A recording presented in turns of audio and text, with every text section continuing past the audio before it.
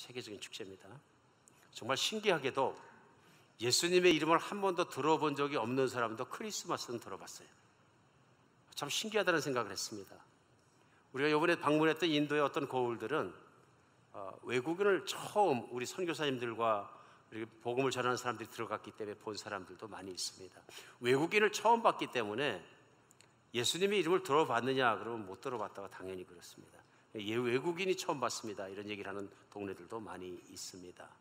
그들 중에는 정말 미전도 종족으로 완전히 분리되는 박디 종족이나 한 번도 복음이 들어가 본 적이 없는 지역들을 우리 팀들이 들어가서 같이 아이들과 함께 찬양하고 시간을 나누고 안아주고 기도해주고 나오는 시간이 있었습니다.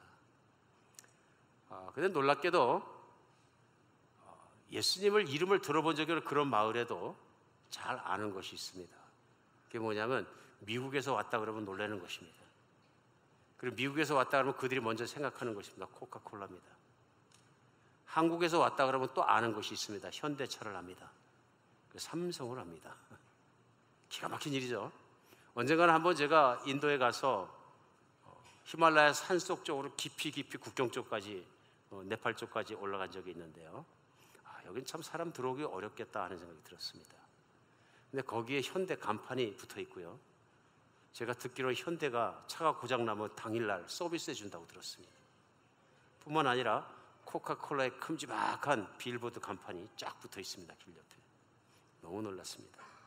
60만 명이 사는 그 도시에 아무리 찾아봐도 선교사는 한 명도 없습니다. 그렇기 때문에 코카콜라는 들었어도 현대차는 알아도 예수의 이름을 모르는 곳이 있다 하는 것을 다시 한번 느낍니다. 오늘 크리스마스 시즌에 정말 예수님의 이름이 그 산골 골짜기까지 다 들어가는 역사가 있었으면 좋겠습니다. 인도에 있는 그동안 10년간 후원한 우리 선교사님들이 개척한 지역에 훈련받은 제자들이 저희 올 때에도 크리스마스 대전도를 위해서 2명씩 4명씩 짝을 지어서 전도지를 가지고 마을마다 고을마다 돌아다니면서 전합니다. 가는 팀마다 수천 명씩 컨택이 일어나는데요. 많은 회심자와 어린이들을 인도하게 됩니다. 그래서 어린이 학교를 인도하게 되고 그들을 1년 내내 또 훈련시키게 됩니다.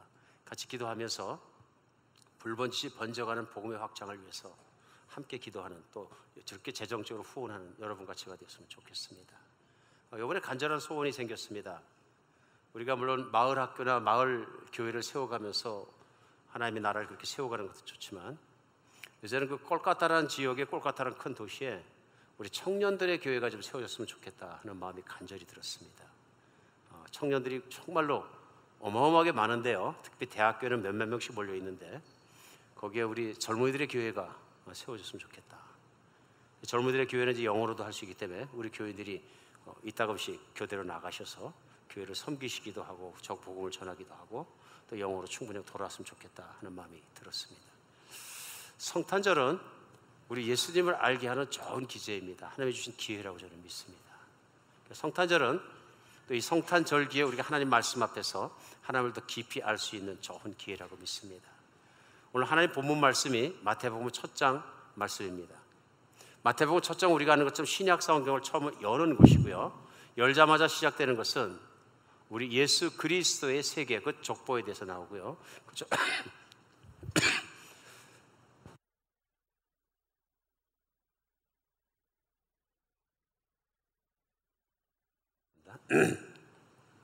족보에 대한 소개가 끝나자마자 오늘 본문이 시작됩니다. 당연히 시작되는 건 뭐냐면요, 예수 그리스도는 이 땅에 어떻게 오셨느냐 하는 내용부터 시작이 됩니다. 그래서 예수 그리스도는 바로 이 복음을 여는 첫 번째 존재이십니다. 그래서 마태복음 첫 장 오늘 본문이 시작되는 것처럼 예수 그리스도의 나심은 이러하니라 하면서 탄생에 대해서 말씀이 시작됩니다. 우리 많은 사람들이 물론 이거 알고 있습니다. 예수 그리스도의 나심은 동정녀 마리아가 성령으로 말미암아 잉태해서 어떤 사람의 인위적인 개입이 없이 오직 성령으로 임신하고 성령으로 예수 그리스도가 이 땅에 들어오셨다 하는 내용이 첫 절의 시작, 18절의 시작입니다. 그랬더니 19절에 보면 그의 남편 요셉은 의로운 사람의 일을 드러내셨고 가만히 끄고자 하였다 하고 내용이 나옵니다.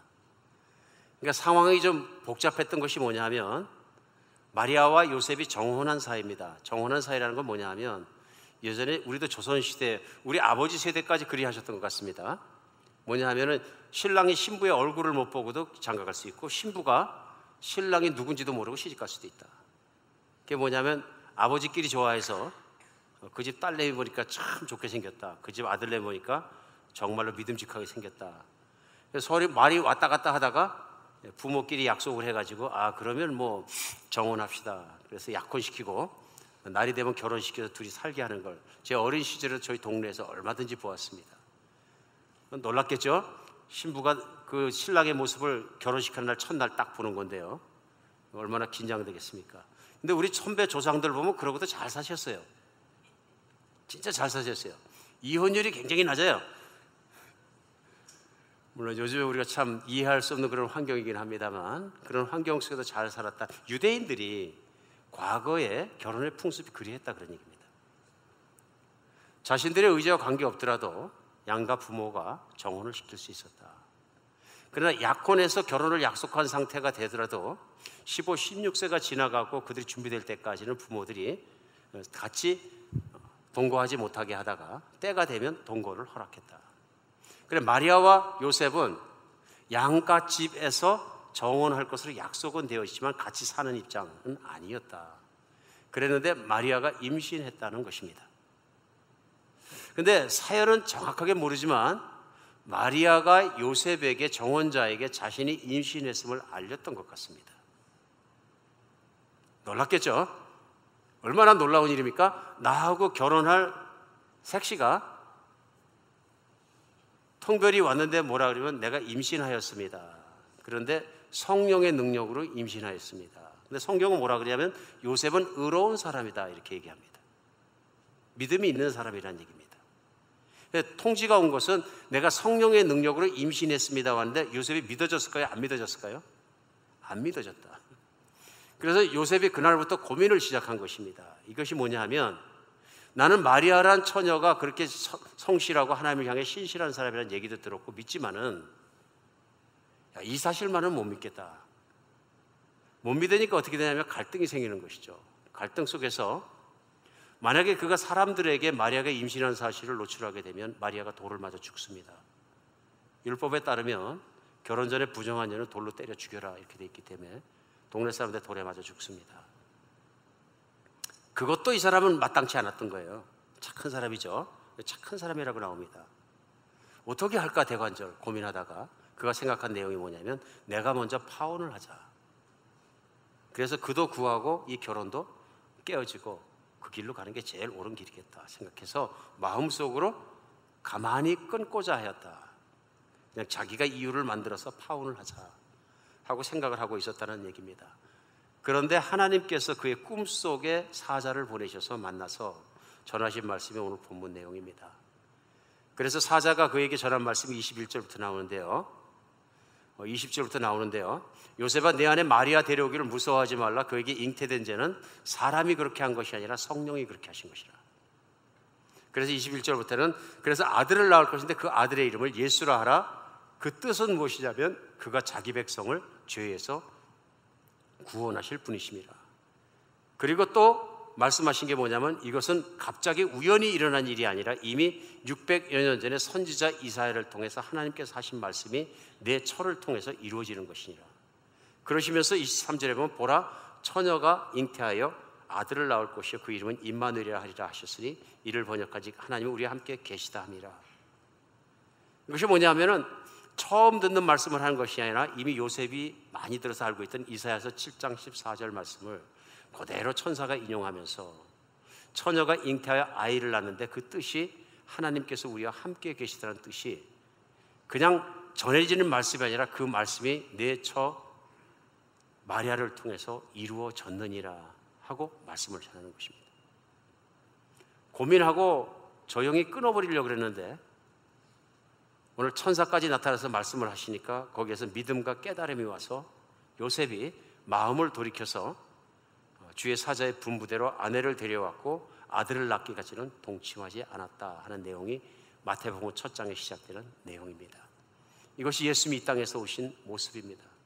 우리가 알 수 있는 것이 있습니다. 그렇지만 예수님은 어느 날 갑자기 우연히 하나님이 기분이 내키셔서 보내셔서 오신 것이 아니라 이미 오래전부터 때가 참에 그 아들이 오시는 것을 선지자를 통해서 600여 년 전에도 그대로 말씀을 하셨고 실제로 그 말씀대로 오셨다는 것입니다. 그래서 선지자를 통해 하신 말씀이 뭐냐면 남자를 알지 못하는 여자가 임신할 것이다. 근데 성령으로 임신하게 되고 그가 아들을 낳게 될 것인데 그 아들이 세상 사람을 죄로부터 구원하고 또한 세상 사람들과 함께 있는 하나님이 되실 것임을 전하였습니다. 오늘 이 말씀 우리가 들을 때 보라 처녀가 임신하여서 아이를 낳을 것이다. 우리 흔한 말이 있습니다. 처녀가 애를 낳아도 할 말이 있다더니, 그렇죠? 그러니까 처녀가 애를 낳는데 무슨 변명을 하냐. 우리 옛날에 속담 말씀입니다. 처녀가 애를 낳으면 할 말이 없다. 무슨 얘기예요? 처녀가 애를 낳았다는 건 남자와 관계에 있다는 증거다. 네가 아무리 나는 아무 일도 없었는데 애가 생겨서 이런 말을 할 것이 없다. 내가 남자를 알고 엄마 아빠 모르게 바람을 피웠다는 증거다. 그러니 처녀가 애를 낳아도 할 말이 있다더니 할 말이 없다 하는 얘기입니다. 그렇죠? 근데 오늘 성경에서는 남자를 알지 못하는 한 처녀가 임신했는데 그가 임신한 것이 그냥 임신한 것이 아니라 하나님으로 말미암아 임신했다 하는 것입니다. 놀라운 사실이죠. 오늘 제가 여러분께 여쭙겠습니다. 믿어지십니까? 진짜로 믿어지십니까? 똑같은 질문을 버클리 대학 연구원들이 교인들에게 했습니다.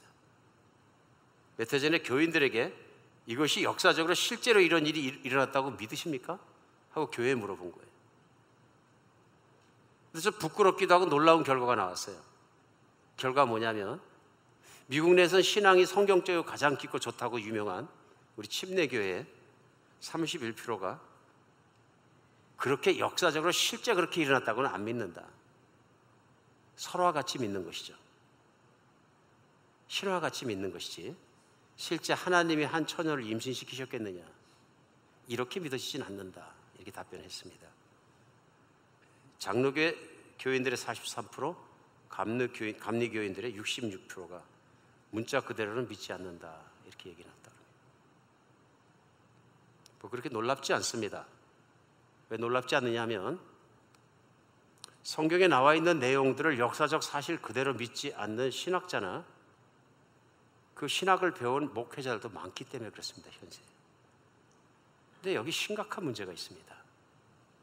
성경은 진리이고 진실입니다.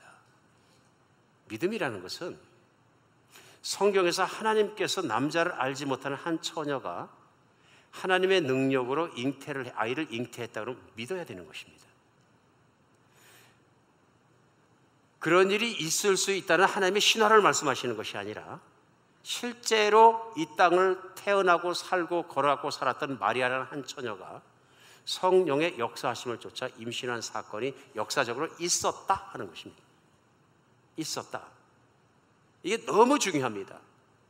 왜 중요하냐면 마리아가 임신한 건 요셉으로 말미암아 임신한 것이 아니다 하는 것입니다. 그러니까 이 믿음이 없는 사람들은요, 믿음이 금방 흔들립니다. 얼마 전에 다빈치 코드인가 누가 소설 썼는데, 소설입니다. 소설이라는 얘기는 소설가가 상상해서 썼다는 얘기입니다. 상상해서 썼다는 얘기입니다. 그러면서 별 이상한 얘기를 다 썼습니다. 거의 다. 동정녀의 임신 사건을 믿지도 않을 뿐더러 예수님에게 와이프가 있다 그러고 그 자식을 낳는데 누구라 그러고 별 이상한 얘기를 다 썼는데요. 아주 큰 교회 장로님이 그걸 밤새도록 읽고 나서 그 다음날 아침에 믿음을 버렸다. 사실 이러고 제 앞에서 일어난 일입니다. 저한테 그 장로님이 찾아오셨으니까. 이 성경을 믿어야 됩니까? 그러고. 그래서 제가 그랬어요. 그럼 장로님은 그 소설을 믿으십시오. 저는 성경을 믿겠습니다. 장로님 좋은 대로 하십시오. 선택하셔야 됩니다. 오늘 하나님께서 동정녀 마리아를 임신시켜서 예수님이 이 땅에 들어오셨다 하는 것은 진실입니다. 믿음은 여기서부터 시작하는 것입니다. 사람들이 자꾸 이걸 설하라 그러고 뭐라 그러고 신학자들 자체도 그런 얘기를 하는 이유는 간단합니다. 인간이 이성으로 납득할 수 있는 것까지 믿을 수 있다, 이런 한계를 적혀놨기 때문에 그렇습니다. 하나님의 능력과 하나님의 기적은 인간의 이성이나 인간의 납득할 수 있는 것이나 인간의 능력을 넘어가는 것입니다. 믿음은 어디서부터 시작되느냐 하면요, 인간을 넘어서면서부터 시작됩니다. 인간이 인간의 생각 안에서 생각할 수 있고 인간이 할 수 있는 안에서 일어나는 일이라면 기적이 필요 없고 믿음이 필요 없습니다. 왜 믿음이 필요합니까? 그렇죠? 근데 성경은 시작되자마자 창세기 첫 장의 첫 절이요, 태초에 하나님께서 천지를 창조하시니라 이렇게 나옵니다. 여러분, 천지를 6일 만에 창조하신 하나님의 능력을 보여주신 창세기 1장 말씀에 비하면 정말로 신약성경에 있는 마태복음 1장에 있는 동정녀 마리아의 잉태의 사건은 아무것도 아닙니다. 믿으십니까? 세상을 말씀으로 6일 만에 만들 수 있는 창조자 하나님이 계신다는 걸 믿으면 그 하나님의 하나밖에 없는 아들 예수 그리스도를 이 땅을 구원하기 위해서 한 번도 인신한 적이 없는 한 여인을 통해서, 그 배를 통해서 세상에 그 아들을 보내셨다는 건 금방 믿어질 수 있는 사실입니다. 더 놀라운 건 뭐냐면요, 하나님께서 인간이 돼서 스스로 피조물이 되어서 피조물의 배를 통해서 여러분과 저 인간들이 세상을 들어오는 똑같은 방법으로 세상을 들어오셨다는 겁니다.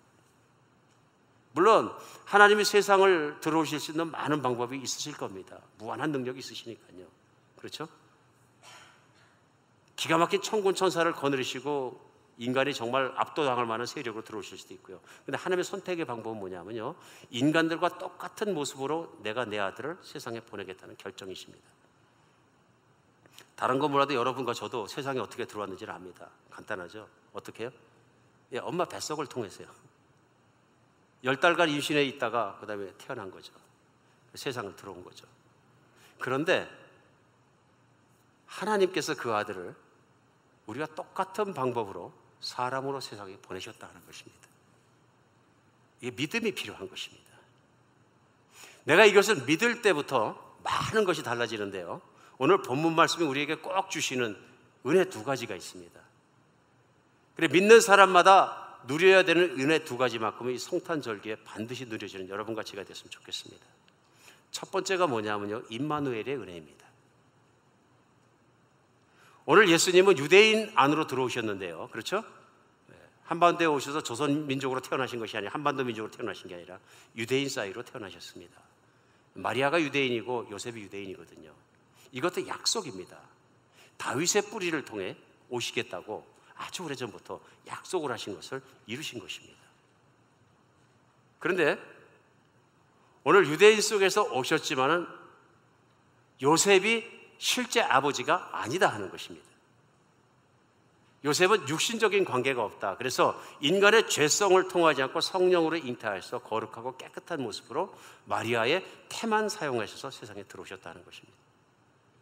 그 예수님이 이 땅에 들어오실 때 예언에 의하면 오늘 본문 가운데 설명이 나오는 것이 뭐냐면 그 이름을 임마누엘이라 하라 하면서 그 임마누엘의 뜻을 성경이 풀어주십니다. 뭐라고 풀어주시냐면요, 이를 번역한 즉 하나님이 우리와 함께 계시다 하는 것입니다. 은혜 중에 은혜는 뭐냐면요, 하나님을 만날 수 있는 것이 은혜입니다.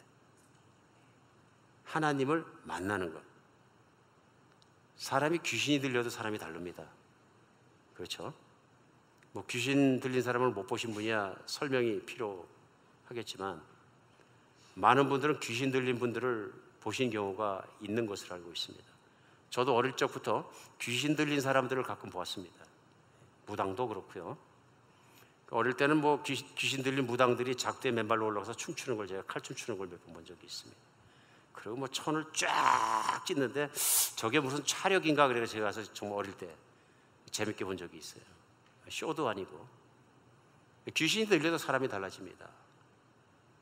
그런데 하나님을 만나면 사람이 달라진다는 것입니다. 하나님을 만나면. 근데 어떻게 만나느냐? 보통 종교는 인간이 신을 찾아갑니다. 근데 우리 기독교는 정확하게 말씀하십니다. 하나님이 하늘나라를 버리고 이 땅을 통해서 사람의 몸부터 태어나면서 인간을 찾아오십니다. 이게 차이점입니다. 인간에게 찾아와서 나를 기쁘게 하라가 아니고요, 하나님께서 인간의 필요함을 보시고 그 필요를 채워주시기 위해서 인간의 모습으로 찾아오신 겁니다. 이게 임마누엘의 은혜입니다. 근데 그냥 찾아오시니까 어떻게 찾아오신 거냐면요, 인간의 가장 낮은 모습으로 찾아오셨습니다. 왕가에 태어나셔서 왕처럼 나오신 것도 아니고요. 최고로 부잣집에 태어나셔서 비단 강부에 세우셔서 태어나신 것도 아니고요. 가난한 집에 태어나서 가난한 젊은 부부 밑에 태어나게끔 오셔서 우리가 아는 것처럼 말구유에 놓이게 되었다. 그 말구유라는 것이 얼마나 지저분한 것입니까? 이번에 제가 이제 인도를 막 갔다 와서 인도 생각밖에 나는 게 없는데요. 같이 사는 사람이 저한테 그러더라고요. 설교하실 수 있겠어요? 그래서 뭐 인도 얘기밖에 할 게 없지 이제. 2주 동안 꽉 찼으니까요. 인도 갔을 때 어떤 이제 비유가 좀 예민하신 분들이 제일 힘들어하는 게 뭐냐면 그거 있죠. 그 소똥으로 만들어 놓은 것들. 시골 가보면 집집마다 소똥을 무대기를 쌓아놨는데 그걸 자매들이 손으로 움켜가지고 동그랗게 만들었다 벽에 쫙 붙이고 말르면 띄어가지고 모아가지고 그걸 불을 뗄 때 쓰거든요. 그걸 떼가지고 집안에 있는 조그만 흙을 화덕에다가 솥을 걸고 밥을 해줍니다. 근데 제가 갈 때마다 놀라는 건데요. 이게 그냥 만든 게 아니라 정성스럽게 예술이야. 동글동글한데 자매들 손이 딱딱 찍혀있어요. 처음에는 이게 무엇인가 하고 봤더니 하여튼 정확하게 탁 벽에 까닥하게 붙어있죠. 근데 이제 갈 때마다 음식을 대접받습니다. 카레라이스도 해주시고 야채도 잘라주시고 혈안도 삶아주시는데 자매가 썰빙할 때 가만히 보면 소똥을 만졌던 그 손이 와서 음식을 만들었지 하는 그 생각을 하는 순간 어떻게 됩니까? 음식이 안 넘어갑니다. 그래서 언젠가 물었어요. 소똥이 더럽습니까? 그러니까 그 자매들 얘기가요. 더럽긴 왜 더럽니? 그냥 소가 풀 먹고 내놓은 건데 그래 그 우리를 얼마나 도와주는데 겨울에 불을 피우면 화력이 이렇게 좋다 그러네요. 그거 없으면 큰일 나는 거죠. 생각하기 나름이다.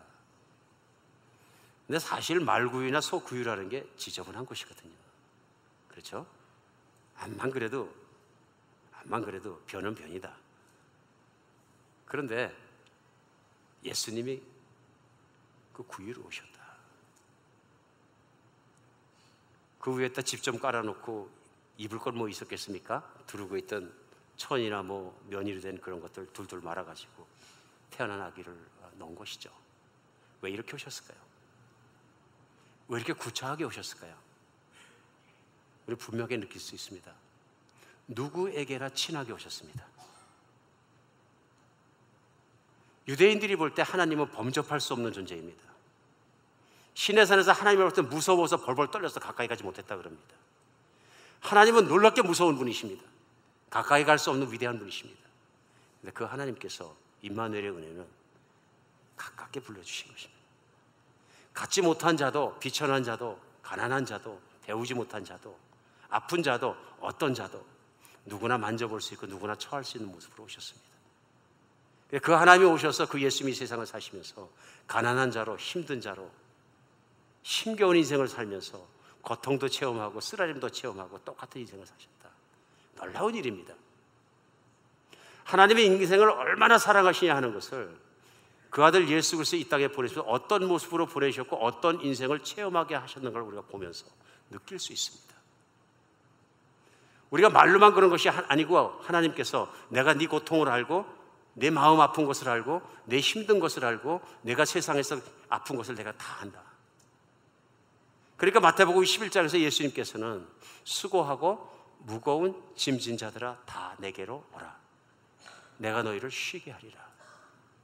이 말씀을 자신 있게 하실 수 있는 하나님이시라는 거죠. 임마누엘의 은혜는 뭐냐면요.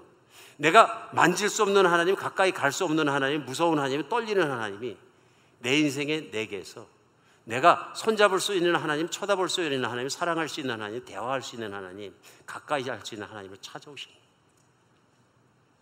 예수님이 사람으로 오셨고 마구간에 태어나셨고 사람처럼 성장하셨고 사람들과 대화하셨고 제자들을 사랑하셨고 그들의 따뜻한 말씀하셨고 나쁜 일을 하나도 하지 않으셨고 늘 선하게 대하셨고 악을 당할지라도 악하게 갚지 않으시고 선하게 그들을 사랑하신 이 모든 것은 우리로 하여금 안심하게 합니다.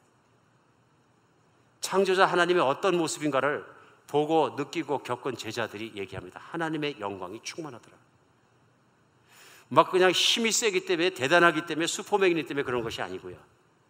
그 인자하심과 그 온유하심과 그 사랑과 그 선하심과 악을 악으로 갚지 않는 모든 모습들이 하나님의 영광이 그대로 보이더라. 제자들은 느꼈을 것입니다. 우린 예수님께 가까이 가는데 아무 문제가 없었다. 그래서 사도 요한은 그렇게까지 얘기합니다. 내가 예수 그리스도의 품에 안겨서 밥을 먹던 자라. 내가 그 품에 안겨 있던 자라. 하나님께서는 임마누엘의 은혜를 주십니다. 우리 예수님이 이 땅에 오셨기 때문에 우리는 느낄 수 있는 것입니다. 하나님은 자애로우시고 인자하시고 오래 참으시고 온유하시고 선하신 분이시라. 아무리 비천한 인생일지라도 그를 버리지 않는 분이시라. 그래서 정말로 상한 갈 때도 꺾지 않으시고 꺼져가는 등불도 끄지 않으시고 상처받은 하나라도 귀히 여기시고 그를 사랑하시는 하나님의 모습을 우리 성탄절에 생각해야 합니다. 임마누엘의 은혜가 임하면 사람 마음속에 기적이 일어납니다. 임마누엘의 은혜가 임하면, 믿음으로 받아들이면 사람의 마음속에 놀라운 변화가 일어납니다. 그 하나님에 가까워지고 그 하나님을 사랑하게 되고 그 하나님이 최고가 됩니다. 다른 건 몰라도 예수님을 그렇게 사랑하게 되면 하나님을 그렇게 사랑하고요, 하나님이 가장 원하는 것이 이루어집니다. 그것이 뭐냐면 마음을 다하고 뜻을 다하고 힘을 다해 하나님을 사랑할 수 있는 능력입니다. 그 능력이 생기기 위해서 필요한 게 뭐냐면요, 하나님이 나를 그렇게 사랑하시는 걸 먼저 믿고 깨닫는 것입니다. 깨닫는 것입니다. 그 하나님을 그렇게 사랑하게 되면 나 자신보다 하나님을 더 사랑하게 됩니다. 제가 인도를 2주 갔다 오면서 가장 많이 생각했던 건 저 자신인 것 같습니다. 이렇게 살아도 되나? 과연 될까? 우리 같이 갔다 오신 분들 느낀 게 많이 있겠지만 갈 때마다 느끼는 거예요. 그 콜카타라는 거 우리가 이번에 간 데 보면 마더 테레사가 사역하던 데가 있어요. 지금도 사역하는데요. 길거리에 버려져 있는 노인들, 돌아가시는 노인들을 모셔다가 베드에 쫙 깔고 식사 시간이 되면, 마침 저희 갔을 때 이번에도 식사 시간이었는데 밥을 먹여줍니다. 뭐 식사 시간에 찾아간 건 아닌데 딱 식사 시간에 들어갔어요. 그 중에 손을 못 쓰는 분도 있고 혼자 못 드시는 분들이 많이 계세요. 그럼 거기 섬기는 분들이 전 세계에서 와서 밥을 먹여줍니다. 어떻게 먹여주냐면 밥그릇을 들고 와서 끌어안고 손으로 이렇게 붙여서, 인도의 밥을 다 그렇게 먹으니까 카레 라이스 입에다 넣어줍니다. 보셨어요? 팀들은 보셨죠? 조금 더 더럽다는 표현이 없습니다. 그래서 입에다 쏙쏙 넣어줍니다. 입도 닦아주고요. 그럼 이 몸도 크룩대고 못 쓰고 막 길바닥에 버려져 있던 분들이 오셔가지고 목욕시켜서 가운 입히니까 그 밥을 받아 먹는 겁니다. 정말 새가 먹이를 받아 먹는 것처럼 그걸 받아 먹습니다. 한참 쳐다보니까 그런 생각이 들어요. 마음속에서 네가 다른 사람 입에다 밥 퍼넣어준 게 언제냐? 내 자식에다 숟가락 퍼넣어준 거 외에는 다른 사람이 입에다 밥 퍼넣어준 적이 있느냐? 하루 이틀도 아니고 10년씩 20년씩 그 일을 할 수 있다면 그 사람 천사 같은 사람이다. 천사 같은 사람이다. 내 입에 밥 퍼먹기 바쁘지 언제 퍼넣어주냐? 예수님은 나의 모든 죄를 지시고 대신 그 죄값도 치러주시고 내 입에 밥을 퍼넣어주시는 분이시라. 마음속에 예수님을 만나게 되면 섬김의 마음이 생긴다. 무슨 능력이 있어서 미국에서 한국에서 편하게 살면 되는 사람들이 다 내려놓고 나가서 신발도 없이 생땅을 뛰어다니는 애들을 갖다가 몇십 명 몇백 명 끌어안고 그 아이들과 함께 가르치고 예수님을 가르치고 사랑하고 품어주고 내가 너를 사랑한다, 예수님이 너를 사랑한다 가르치면서 거기서 그렇게 살겠습니까? 살만한 곳은 아닙니다. 사실은 예수님의 임마누엘이 있기 때문에, 내가 받은 사랑이 있기 때문에 가슴에 변화가 일어난 것이죠. 큰 변화가 일어난 것이죠. 그 변화가 그것을 가능하게 하고 그 변화가 그 모든 것을 가능하게 합니다. 임마누엘의 은혜는 우리를 놀랍게 변화시키십니다. 예수님을 받아들이기만 하면, 인격적으로 만나기만 하면 우리의 가슴속에 놀라운 은혜가, 변화가 일어난다. 오늘 두 번째 우리가 받는 은혜는 뭐냐면요, 죄사함의 은혜입니다. 죄가 있기 때문에, 하나님 앞에 나가는 거리낌이 있기 때문에 하나님을 아빠라고 부르지 못할 뿐더러 아버지라고 부르기도 힘듭니다. 그리고 죽으면 미래를 예측할 수가 없습니다. 근데 예수님이 이 땅에 오셔서 사람으로 오셨습니다. 사람으로 오셨기 때문에 사람이 지은 죄를 대신 걸머매시고 십자가에 대신 죽으실 수 있는 것입니다. 하나님 아버지께서 약속하신 거예요. 누구든지 내 아들 예수가 자기의 죄를 걸머지고 십자가에 죽은 것을 인정하고 주님을 받아들이면 내가 그 죄를 없는 것으로 인정하겠다. 그리고 내 자녀를 삼아주겠다. 이건 그 아들 예수 그리스도의 피로 맺은, 그 아들 예수 그리스도의 피로 약속한 약속입니다. 예수님은 그것을 위해서 이 땅에 오셨습니다. 그리고 지난 2000년 동안도 그 예수님의 피에 의지해서 예수님을 믿는 사람들을 아버지께로 인도하셨습니다. 오늘 성탄절의 가장 기쁜 것은 뭐냐면요, 나에게 창조자 하나님의 자녀가 되고 영원한 삶의 길이 열렸다는 것입니다. 영생이라는 단어가 영원한 삶이 우스꽝스럽게 들릴지 몰라도 죽음을 목전에 놓고 있는 사람에게는 기가 막힌 이야기입니다. 인도에 갔을 때마다 느끼는 건 뭐냐면요, 인도는 신천지입니다. 신천지라 그러니까 무슨 이단 사상을 얘기하는 게 아니고요, 신으로 가득 차 있어요. 모든 게 다 신이에요. 3억 뭐 명이라 그래야 돼? 3억 말이라 그래야 됩니까? 3억가지의 우상이 있다 그럽니다. 3억가지. 자기들도 신을 서로 몰라. 그렇게 신이 많아요. 한 집에도 평균 10개에서 30개는 섬기는 것 같아요. 집에 들어가 보면 막 우상이 천재예요, 그냥. 예. 그러니까 예수님 한 분 정도 초상화 갖다 내려놓는 건 아무 문제가 없어요. 기가 막힌 얘기입니다. 3억의 우상이 다 합해도, 3억의 우상이 함께 다 일해도 한 사람을 영원히 구원하지 못합니다. 한 사람을 영원히 구원하지 못합니다. 그러니까 영생이란 단어가 없고요, 환생하는데요, 무엇으로 환생할지 모릅니다. 그러니까 자기 조상이 모기로 환생했는지 모르기 때문에 힌두교도들이 모기를 쫓는 방법은 우리하고 완전히, 우리는 그냥 찰사닥인데요, 저 자는 방에 아마 강사방이라 그래가지고 보니까 전자로 모기 잡는 걸 갖다 놨던데 그걸 시범을 보여주시더라고요. 근데 꽤 많았던가 봐요. 없는 것 같았는데 들고서 켜고 흔드니까 막 뽀지직 타던데, 우리는 모기를 죽이잖아요. 근데 힌두교도들은 와서 먹고 있으면 이렇게 하는 거죠. 왜 그럽니까? 자기 조상인지 모르니까 못 죽이는 겁니다. 피나게 죽였다 내가 악을 범하게 되니까 악을 범하지 않겠어. 여기 가라 이렇게. 그 다음 세대에 더 나은 것으로 태어나기 위해서 몸부림치는 거죠. 4개 카스트 중에서 아예 카스트에 들어가면 불가촉 천민이라는 건 뭐냐면요, 이전 세상에서 너무 악한 짓을 많이 했기 때문에 계급도 없이 태어난 존재라는 거예요. 그래, 얼마 전까지만 해도 그 불가촉 천민들이 걸어다닐 때는 자기가 걸어다니는 지상에 있는 흔적을 없애야 덕을 쌓는 것이기 때문에 빗자루를 하나 달고 다녔잖아요. 그 지나간 데를 쓸고 다니고요, 땅에다 침 뱉으면 안 되니까 깡통 달고 다니면서 거기다 침 뱉어가지고 따로버리고요. 진짜 그렇게 해요. 그게 불가촉 천민입니다. 카스트에 있는 다른 사람들을 만지면 안 되고 손에 대어서도 안 되고 부정이 타니까 언클린인 거죠. 그러니까 기가 막힌 얘기입니다. 조금이라도 잘 태어나기 위해서 구루들이 하는 일이 뭐냐면은 평생을 자기에 있는 욕망과 디자이어를 거부하기 위해서 눕거나 앉아서 사지 않고 서서 사는 거죠. 바라나시라고 하면 그런 구루들을 많이 봅니다. 빨개 벗고 재를 뒤집어 썼는데 홀딱 벗었어요. 나체인데 이건 뭐냐면 무서워요. 아무것도 가지 않은 걸 증명하면서 평생을 서서 잡니다. 서서 살고 사람들이 거기 헌금하고 엎드려서 절하고 그럽니다. 구루들이죠.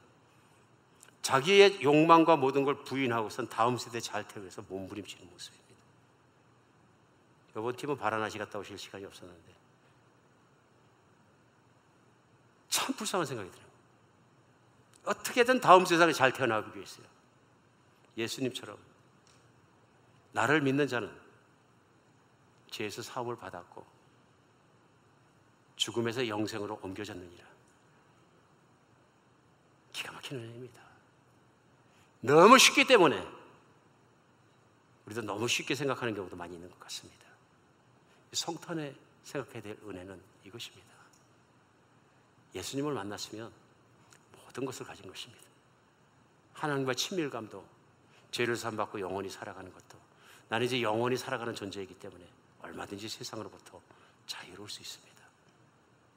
이 성탄절에 우리의 은혜가 그렇게 커지는 여러분과 제가 되었으면 좋겠습니다. 우리 한 가지 말씀을 마치면서 생각할 것이 있습니다. 그것은 뭐냐면 성탄절의 정신입니다. 특별히 믿는 사람들에게 성탄절의 정신에서 가장 중요한 정신은 뭐냐면요, 하나밖에 없는 아들까지도 세상에 보내주신 하나님 아버지의 마음입니다. 아낌없이 보내신 하나님의 마음입니다.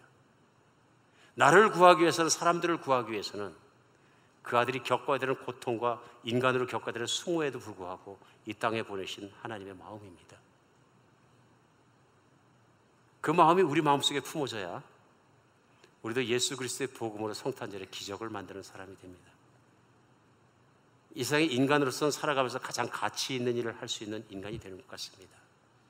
왜냐하면 하나님의 정신이, 하나님의 마음이 나의 몸속에, 내 인생 속에 담아지기 때문에 그렇습니다. 우리가 하나님의 마음으로 이웃을 찾아가는 성탄절기가 되었으면 좋겠습니다. 우리 가족이 식사할 때도 잃어버린 영혼들을 위해, 선교지에 남아있는 정말 불쌍한 영혼들을 위해서, 아무것도 모르고 우상에 붙잡혀 있고 살아가는 그 영혼들을 붙잡고 기도하면서 하나님 앞으로 나아가는 여러분과 제가 됐으면 좋겠습니다. 이웃을 생각하는 연말이 되시기 바랍니다. 하나님의 마음을, 하나님의 정신을 우리 마음속에 품고 내가 정말 예수 그리스도의 친밀함과 그 정말 놀라운 임마누엘의 은혜와 죄사함의 은혜를 받았으므로 이제는 정말 그러한 은혜가 흘러나가는 통로가 되었으면 좋겠습니다. 기도하겠습니다.